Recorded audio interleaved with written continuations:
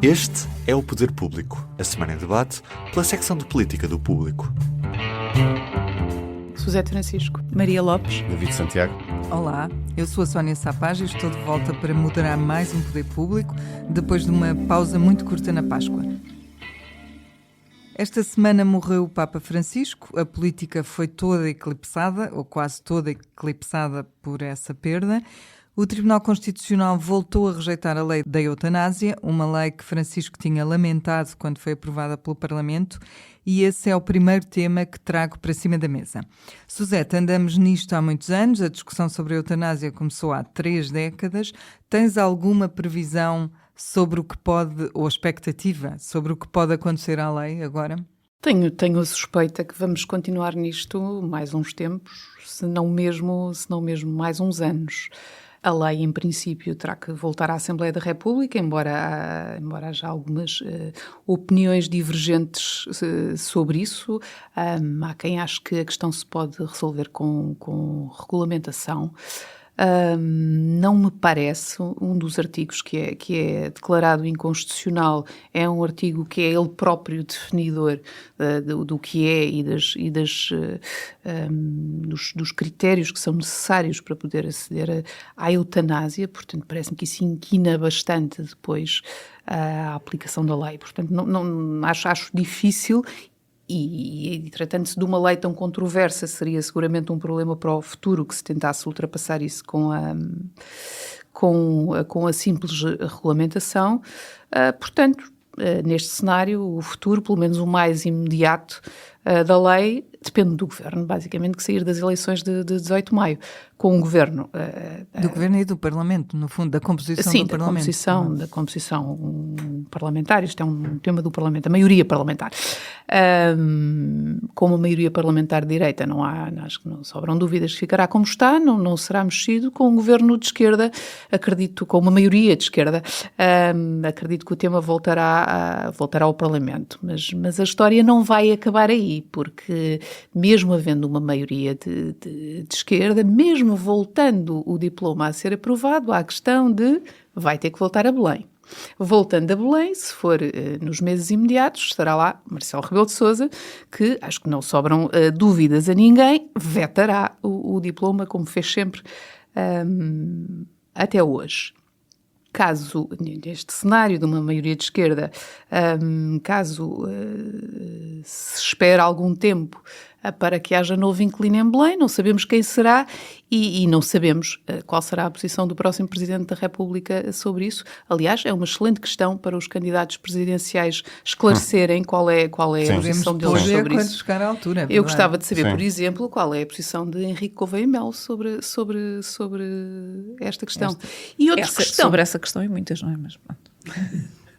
Ele não escreveu sobre isso nos não escreveu sobre isso. Ainda não e depois disto tudo, outro passo que podemos esperar é que o diploma vá novamente para o TC e quem sabe tenha uma nova declaração de inconstitucionalidade, porque já levamos anos disto, não é? Mas a partir daí é que há cada vez mais incógnitas. Eu só queria dar uma nota, porque estamos a falar de uma maioria de esquerda. Houve uma maioria, pelo menos à direita da esquerda, não muito, que era do PS, maioria absoluta, e não resolveu o assunto, não é? Andou a protelar durante algum tempo. Podia ter tentado regulamentar e não regulamentou. Portanto, também essa maioria não serviu para resolver o problema, não é? Há uma grande questão, até hoje mal explicada, de porque é que o governo de António Costa não regulamentou a lei. Ou seja, antes do Presidente do Governo não regulamentar a lei, nunca foi devidamente explicado porque é que aquela lei não foi regulamentada. Pizarro dá-nos hoje uma entrevista e ele também não explica porque é que não regulamentou a lei. Em 30 anos que isto anda na vida pública, já houve outra maioria do PS. Maria, o que nós sabemos que já escreveste, é que o PS quer insistir na regulamentação, o Governo recusa, mas isto é uma questão da Assembleia, e o PST não diz nada. E no fundo eu tenho mais ou menos a mesma pergunta para ti, que é, dada a atual maioria sociológica em Portugal, se achas que há maneira desta lei sobreviver ao suicídio assistido, quer pelos juízes do Tribunal Constitucional, quer pela direita, no fundo. Acho muito difícil, porque no que a Suzete disse, na verdade, quem fez o suicídio assistido desta lei, ou quem contribuiu para ela, foi realmente o PS, porque se nós pensarmos que o pedido do PSD entrou no verão de 2023, ainda havia uma maioria absoluta de pleno direito do PS que nessa altura continuava a não fazer nada. Portanto, desde o início de 2023, que o governo poderia perfeitamente ter regulamentado a lei. Se isso iria resolver alguma coisa, neste momento não iria, porque o PSD teria na mesma recorrido ao Tribunal Constitucional e, portanto, se calhar tínhamos agora uma lei que estava regulamentada, até podia estar a ser implementada e depois tinha que deixar de o ser, como aconteceu com os metadados. Portanto, aquilo que me parece é que o PS pode insistir o que quiser ou quanto quiser com a regulamentação, mas neste momento acho que é claro que enquanto não houver um texto que passe incólume no TC, um governo do PSD pelo menos não o irá regulamentar. Deste PSD pelo menos, não é? Deste. Se fosse o do Rio, não sei. Eu acho mesmo esse. Acho que é muito mais fácil dar liberdade de voto, o presidente do partido dizer que eu até sou a favor, mas depois ter que concretizar é muito mais difícil e por isso esta é de facto uma questão incómoda dentro do PSD e dentro do governo, onde há convicções diversas sobre o assunto, o que é normal, atenção, isto não é nenhuma crítica. Por isso também é normal que estando no governo e perante essa obrigação de colocar a lei na prática, não é? Porque é a regulamentação da lei que a vai levar à prática, eles se escusem como puderem, não é? Agarrando-se a todos os argumentos que evitem que tenham que se confrontar em fazer algo que sabem que não é uma coisa propriamente muito agradável na maioria do seu eleitorado, não é? Mesmo alguns dos seus mais próximos, talvez alguns ministros. Eu, por exemplo, não sei o que é que pensa a Ministra da Saúde sobre isso. Não sei se ela já falou, confesso a minha ignorância, não sei se ela já falou sobre isso ou não, não é? E portanto, voltando à pergunta, eu não sei sequer se a lei sobrevive a este acórdão, porque é a minha interpretação, eu vou usar aquele termo, aquela expressão de eu não sou jurista, mas é que ao dizer, os juízes quando dizem que o artigo 3º, que é o número 1, que é inconstitucional, que é a parte que é o coração da lei, não é? Como a Suzete há pouco mencionava essa questão, porque é ali que está o que é a definição da morte medicamente assistida não punível, é ali que se fala sobre as questões do sofrimento, enfim, do que é preciso para que essa... A definição, exatamente. E, portanto, eu confesso que quando o acórdão diz que se o médico, a questão do médico que acompanha... Da participação. Sim, exatamente, e do médico especialista. Ou seja, o médico orientador pede uma opinião a um médico especialista da doença ou das várias doenças que o utente tem, para que ele elabore um parecer que vai ser vital para a aprovação do processo. Mas esse médico especialista não tem contacto com o doente, que é uma coisa que, de facto, peço desculpa, mas eu acho que realmente não faz sentido, mas não sei o que faço leis. E, portanto, essa questão torna, tendo em conta que não é possível o médico especialista fazer a avaliação a 100% da situação, portanto, isso faz com que todos os preceitos para a despenalização não estejam cumpridos, não estejam cumpridos. E, portanto, isso faz com que aquele artigo seja inconstitucional. E que significa que ela está morta, não é? Quer dizer, não é em linguagem jurídica. Acho que todos percebemos. Esta legislação não existe. Era o que dizia hoje a constitucionalista a Teresa Vilante. E que não bastam retoques. Portanto, exatamente. Eu ontem questionei a deputada Isabel Moreira precisamente sobre isso, sobre esta questão, e ela deixou de me responder. É assim, é um facto incómodo isto. difícil. E, portanto, o PS dizer bastam os retoques, peço imensa desculpa, para o cidadão comum não acho que o cidadão comum, até o cidadão comum percebe que não basta isso. Não basta isso, é preciso muito mais. E sim, parece-me que isto vai durar uma série de anos ainda, porque eu não sei se Marcelo Rebelo de Sousa simplesmente veta. Eu acho que ele continuará, se lhe chegar mais alguma versão, eu acho que ele continuará a enviar para o Tribunal Constitucional, seja por desculpa, seja à procura de um respaldo, mas para tentar ter uma lei o mais segura possível, que tenha... Enfim, ele vai procurar algum respaldo, de facto, no Tribunal Constitucional.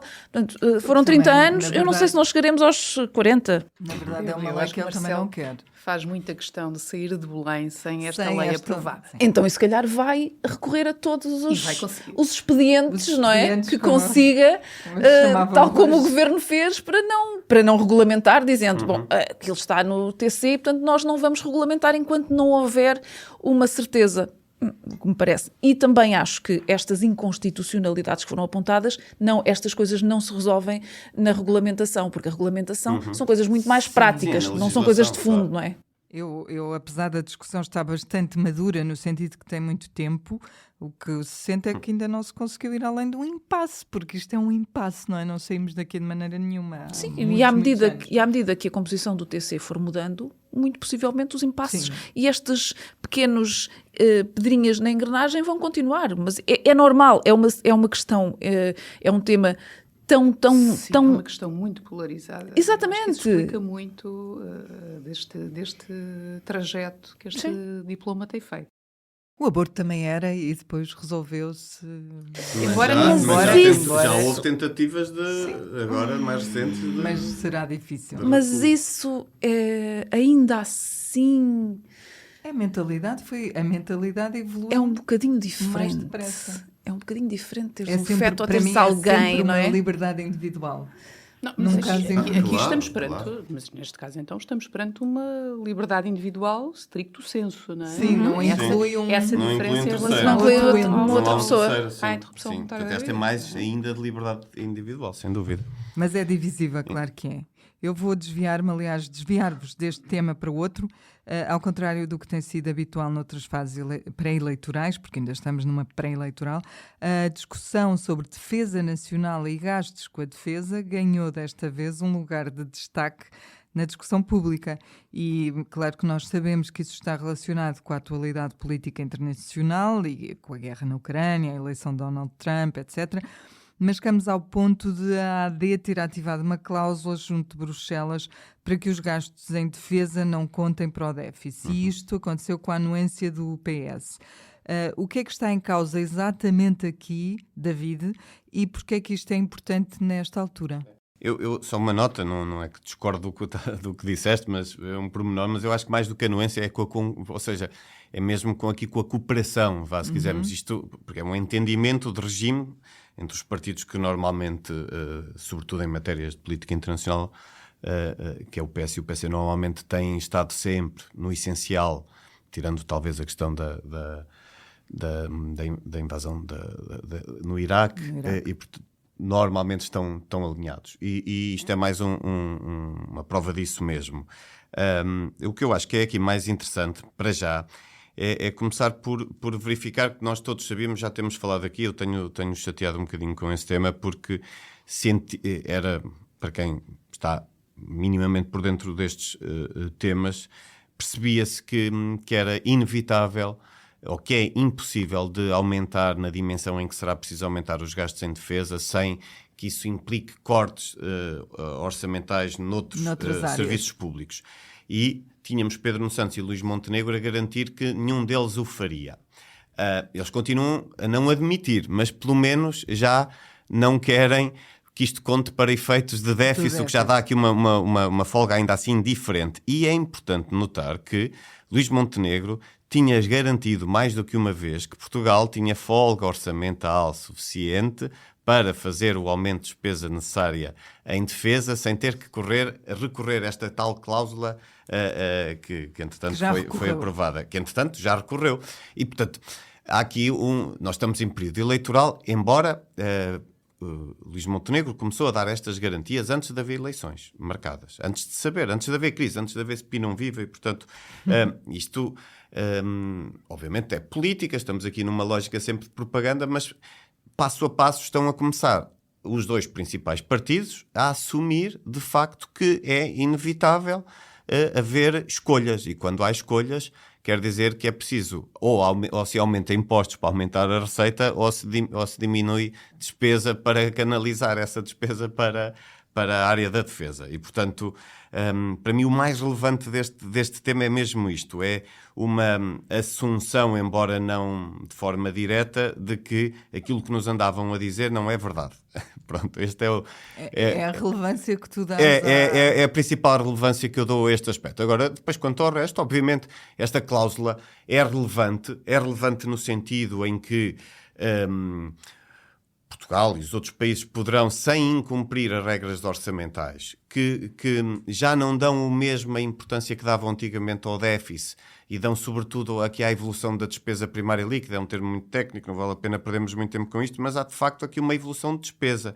Veremos e um aumento de despesa. Conceito, e, portanto, sim. Veremos se isto depois a prazo também comporta ou não uma violação por via da despesa, ou se tem que haver uma cláusula para aí. Não estou ainda suficiente, para mim acho que o tema não está suficientemente, e a discussão, mesmo ao nível europeu, suficientemente madura para se perceber essa questão. Agora, de facto, há aqui o outro risco sempre, que também ninguém diz, que é, isto é muito bom não contar para efeitos de déficit, mas conta para a dívida.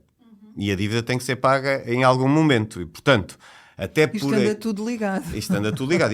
E até para... Nós temos sido, ainda agora, houve dados que mostram que fomos dos países da União Europeia ou da OCDE. Vai dar ao mesmo aqui, neste caso, para aquilo que eu quero dizer, que é com maior redução da despesa em percentagem do PIB. Isso é relevante, mas continuamos a ter uma dívida pública na ordem acima dos 90% do produto. E, portanto, só para terminar dizendo que, obviamente, se não se fizerem as tais escolhas, há aqui o lado não conta para o déficit, mas aumenta a dívida. E podemos ficar outra vez numa posição débil perante mercados e, sobretudo, numa situação de incerteza internacional, se a dívida de repente aumentar. Não vai disparar como disparou no tempo da crise da moeda única e que nos levou à chamada da Troika. Não vai. Obviamente, não me parece que seja nessa dimensão, mas pode aumentar aqui num nível importante. E, portanto, para que isso não aconteça, poderá ser, ou deverá ser, imagino eu, necessário fazer escolhas. E as escolhas é deixar de gastar num lado para gastar no outro, independentemente do déficit. Mas pronto, isso do que se tem dito até aqui. Mas isso só depois das eleições é que se vai começar a falar a sério. Agora ninguém vai falar disso. Noutro campeonato, uma dúvida que me ficou esta semana foi se o PS vai de facto deixar cair a comissão de inquérito à SPI não viva, a empresa familiar de Montenegro. As declarações de Pedro Nuno Santos foram algo equívocas, ou pelo menos eu não as entendi como definitivas. Suzete, o líder do PS abriu a porta a não haver uma comissão de inquérito, ou na realidade foi um deslize e está tudo em aberto? Eu acho que diria que continua tudo em aberto, e assim continuará até 18 de maio, até às eleições legislativas. Não acho de todo expectável que as coisas saiam do ponto onde estão. Aliás, nós vamos para eleições por causa deste caso. Seria bastante surreal que agora, de repente, durante a campanha, o PS considerasse, bom, afinal o caso está esclarecido, não é necessário uma comissão de inquérito. A questão é que os políticos seria bastante difícil normalmente nunca dizem nada por acaso. E para ele querer dizer aquilo naquele momento... Mas eu acho que a declaração do Pedro Nuno Santos é muito equívoca. Ele diz esperar que não seja necessário haver uma comissão, e depois diz que tem a expectativa que até ao final da campanha consigamos esclarecer o que há para esclarecer. Isso não é muito diferente do que fez o Chega quando esta crise estourou toda, que foi dizer, se o Primeiro-Ministro der...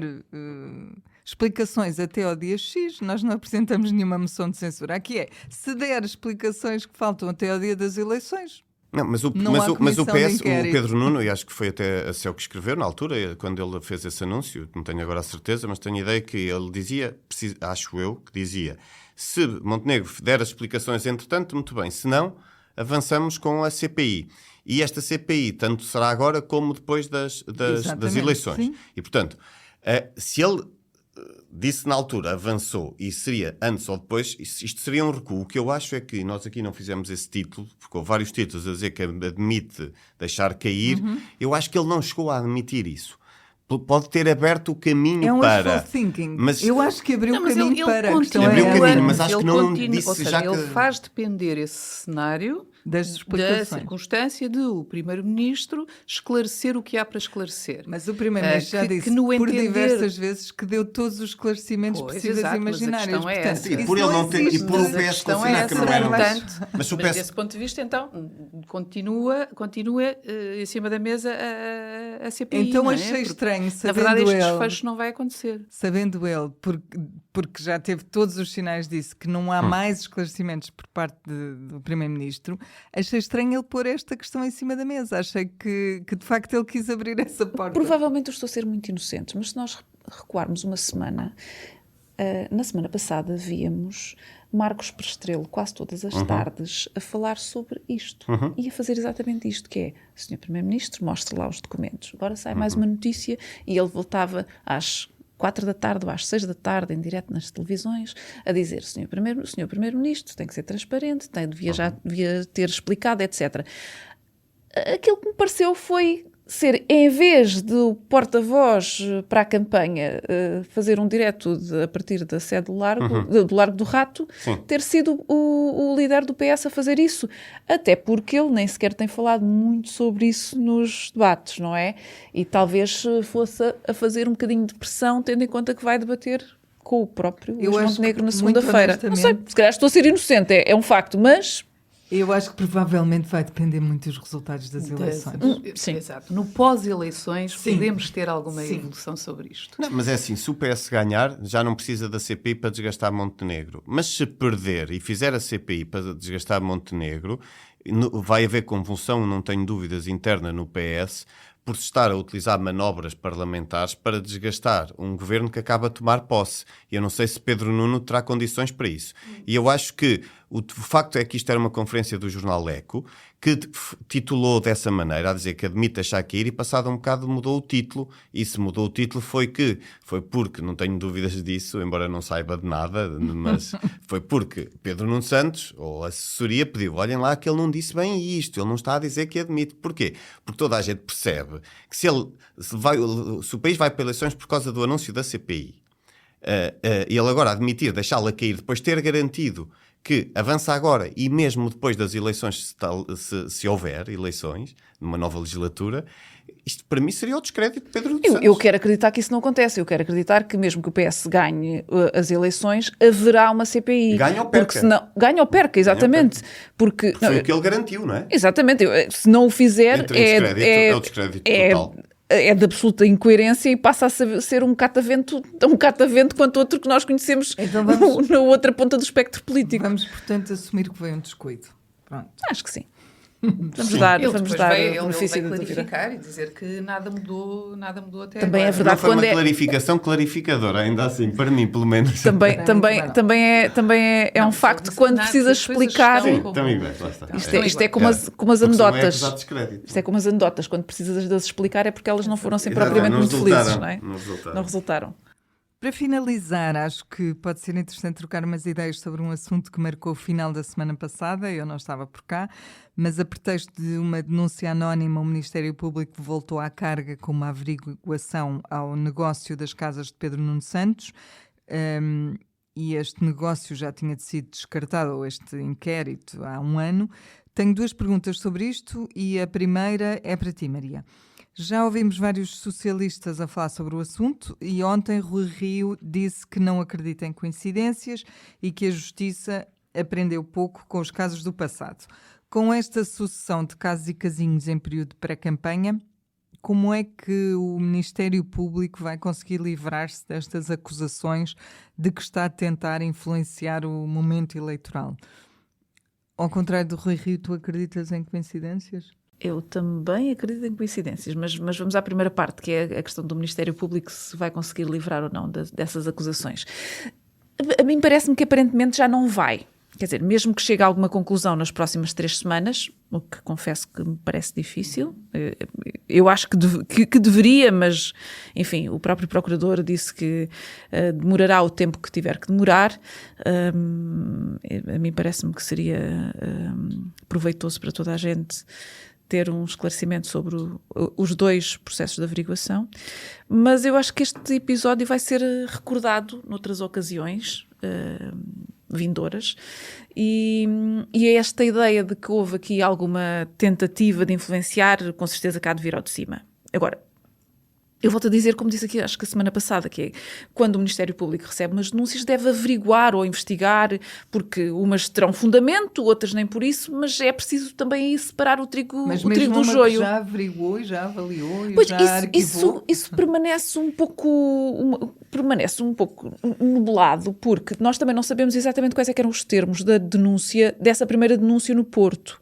Agora, se era igual a esta, bom, então, de facto, há um problema de falta de comunicação interna. Já tínhamos o problema de falta de comunicação para o exterior e agora temos um problema... Era igual, não é? Aparentemente, ou pelo menos... Não sabemos, parecido. Não é? Porque senão teríamos que saber... Eu estou a dizer, segundo a notícia do UNAL, da semana passada, dizia que os factos denunciados, digamos assim, eram Pois, se calhar também não há muitos mais a denunciar, não sei, não é? Portanto, também depende daquilo que se apresentou nessa altura e do que é que se apresentou agora, não sei. Volto a dizer, se não se sabia, há de facto ali um grande problema de falta de comunicação interna. Mas sobre esta questão de devem ou não devem investigar, ontem acompanhei uma entrevista do Presidente da Câmara Municipal de Sintra, Basílio Horta, na SIC Notícias, em que ele dizia que não fazia sentido nenhum dar crédito a denúncias anónimas e até desvalorizava a questão da proteção dos denunciantes, que me parece... enfim, um perigo, mas pronto.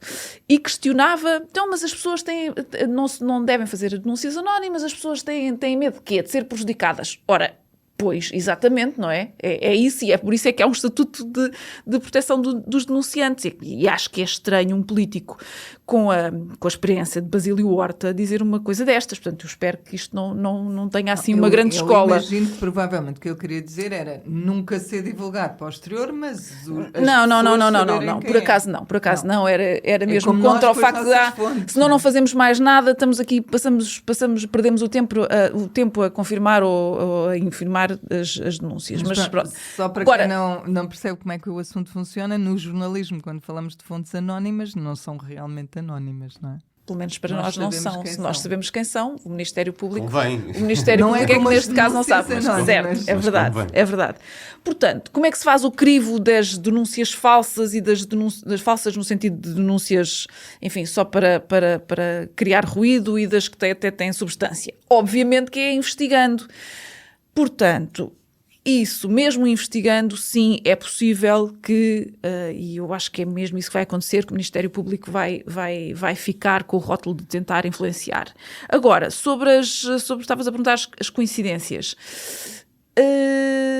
Enfim, o Rui Rio não explicou que coincidências é que estava a referir-se. As coincidências também se forçam, não é? As coincidências às vezes esforçam-se. E sim, acho que aqui terá havido mesmo uma intenção de não deixar os 2 principais candidatos, se calhar, em níveis diferentes da balança. É bem possível. É tudo igual. É bem possível, exatamente. Que se estão a investigar este, vamos lá fazer aqui qualquer coisa para investigarem também aquele.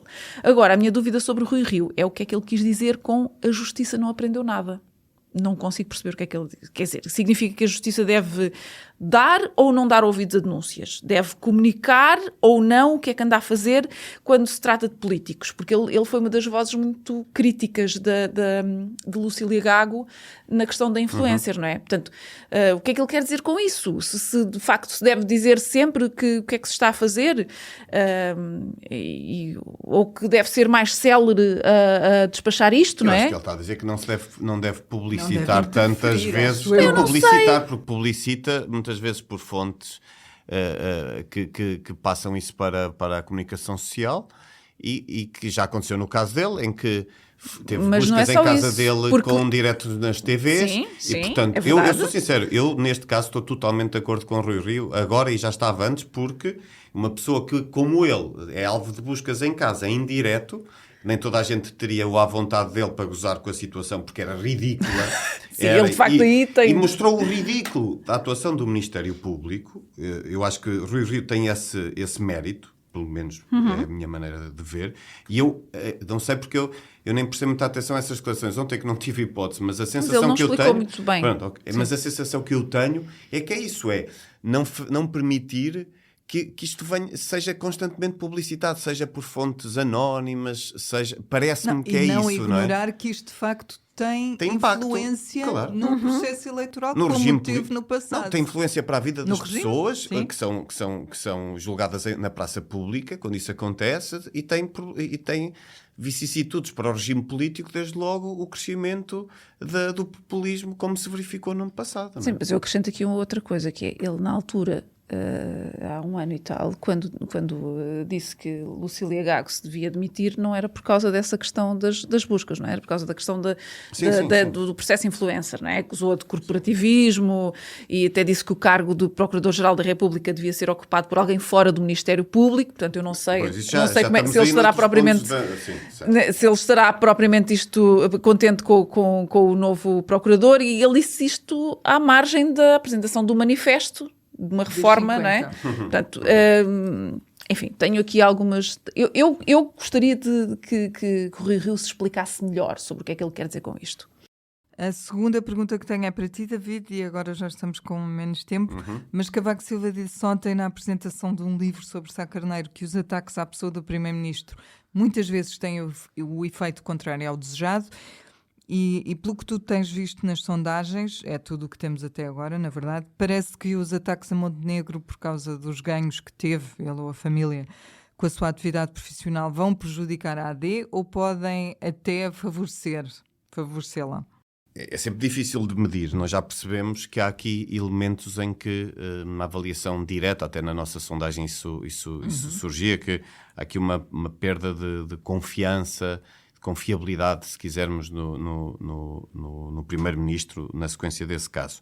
Mas, voltando um bocadinho ao momento em que houve a crise e foram suscitadas novas eleições, aquilo que eu dizia na altura e que mantenho agora, porque nós temos já mais ou menos indicadores históricos que permitem dizer isso, que é...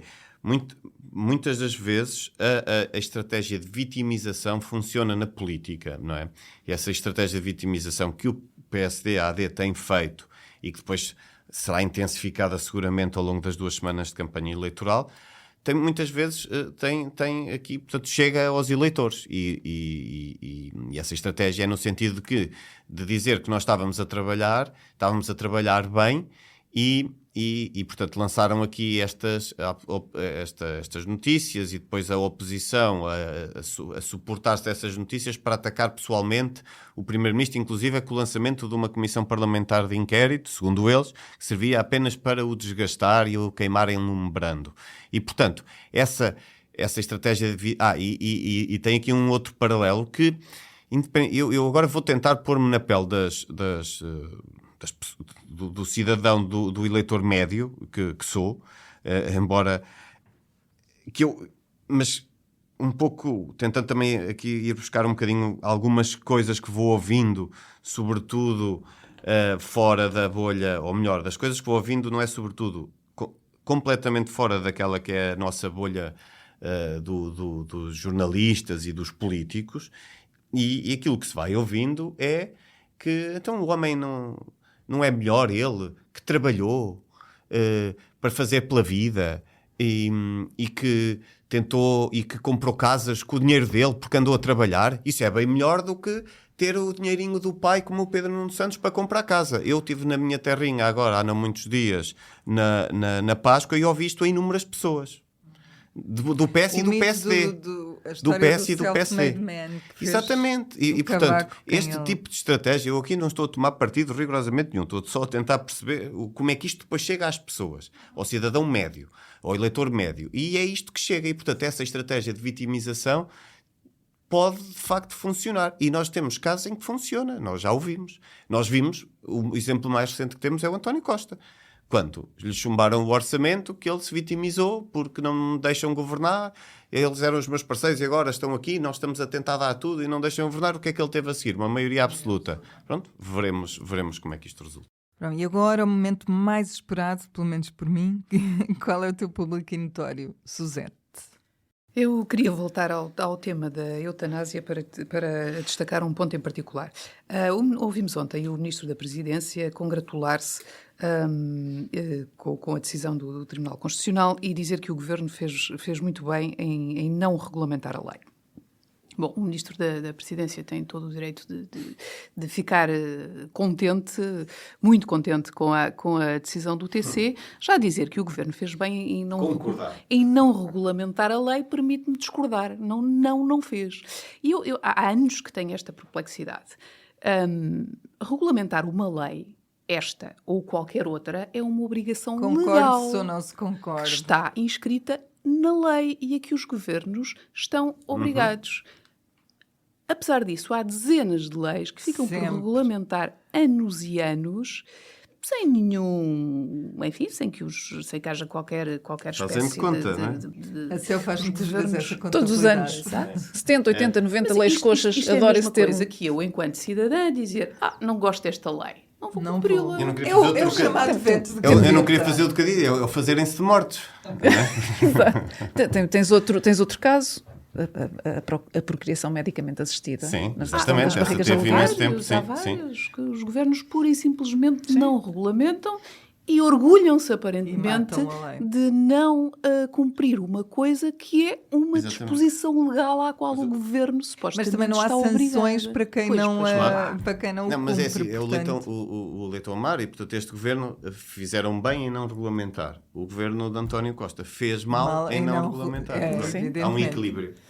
Maria? O meu público notório é prenda de Páscoa do PS aos idosos de um lar no Conselho de Sintra, onde esteve Pedro Nuno Santos e a candidata à Câmara de Sintra, Ana Mendes Godinho, ex-ministra do Trabalho socialista, e também a candidata pelo Círculo de Lisboa, Mariana Vieira da Silva, na Sexta-feira Santa. E, portanto, a condizer com o dia, foi deixado aos idosos um saco de papel branco com o símbolo do partido, com uma caneta, uma fita pulseira, um abre-garrafas, espero que não seja muito usado lá no lar, não é? E um pacote de ovinhos de chocolate, de uma marca que eu confesso que até é bem boa, ainda que não seja assim tão apreciadora de chocolate, e um jornal de campanha do PS, até com as fotos de criança de Pedro Nuno Santos. Ora, digam-me lá, se isso não é um bom entretém, não é? Qual é que é a avó ou bisavó? Confesso que é neste caso, que é este o caso, que não se derrete com isso, não é? Claro. Pronto. Para além da recomendação que este é o partido da mãozinha, que é o termo, obviamente, não é? Que tem que se usar, não é PS, não é Pedro Nuno Santos, é o partido da mãozinha, porque é o símbolo que as pessoas identificam no boletim de voto. E é o eleitorado deles, do PS, não é? O eleitorado Sim. É mais forte, portanto. E ao qual agora o PSD está assumidamente a querer regressar. Faltas tu, David. O meu público notório tem a ver com os partos em movimento, não é? Nós temos tido notícia de mais nascimentos em ambulâncias, era um problema que vinha de trás, tal como o encerramento de urgências, e eram dois temas em particular que este governo, antes de ser governo, dizia que tinha que acabar, que era gravíssimo. Portanto, nós vemos que há 600 de nascimentos desde abril do ano passado, 600 de nascimentos em ambulância e, portanto, não tenho grandes coisas a dizer. A Ana Paula Martins, até agora, não cumpriu rigorosamente nada daquilo que eram os objetivos a que este governo se propunha. Mas se tivesse anunciado um programa de partos em movimento, tinha conseguido. Não fez um plano, mas ainda não fez o plano de emergência, porque o plano de emergência era para as urgências. Não funcionou. Este plano de emergência não surgiu, pelo menos para os partos. Mas o problema, aparentemente, não só está igual, como até se terá agravado, julgo eu, dos nascimentos, julgo. E, portanto, nesse sentido, alguma coisa aqui não está, de facto, a correr bem no Ministério da Saúde. Os membros do governo, os vários membros do governo, têm-se desmultiplicado a elogiar a Ministra da Saúde, o Primeiro-Ministro, e até colocando-a também nas listas e como cabeça de lista. E, portanto, dando um bocado a indicação de que tenderá a continuar se o Governo continuar. O Castro Almeida a dizer que a decisão não é minha, mas se fosse eu a decidir, ela continuaria. Disse isto numa recente entrevista na SIC Notícias. E, portanto, acho aqui só que há uma coisa que nós desconhecemos, porque o essencial, o mais importante dos dados que nós conhecemos mostram que o trabalho não está a ser competente. Já nem vou falar do INEM. E, portanto... Eu acho que tu fugiste da questão. A cena do movimento pode ser... Imagina, médicos de família em movimento... Isso pode ajudar. Os médicos de família em movimento era uma boa ideia. Agora, os partos em movimento, não sei, porque depois cria aqui a dificuldade, onde é que registamos, não é? Neste concelho, no outro. Isto é uma história com 50 anos, não é? Tenho um amigo de infância que nasceu na ambulância, mas foi há 50 anos, não é? E ficou registado. A ministra disse, isto sempre aconteceu. E ficou registado no sítio onde ia passar. Vou terminar, só uma diferença. A diferença é que quando nascia antes nas ambulâncias, era aos sulavancos. Agora, como é em autoestrada, a coisa funciona melhor. Desliza. Mesmo ter de vos interromper, temos mesmo de ficar por aqui, já estamos nos 40 minutos. Obrigada aos três. Na próxima semana vamos fazer uma pausa forçada pelo feriado do 1º de Maio. Quando voltarmos, a campanha já começou e nós, na próxima segunda-feira, vamos ter uma sondagem. Queria deixar só este aviso. É uma sondagem feita pelo CESOP para o público RTP Antena 1. É um bom motivo para se ir mantendo connosco. Até breve. Boa semana. Até lá. O público fica no ouvido.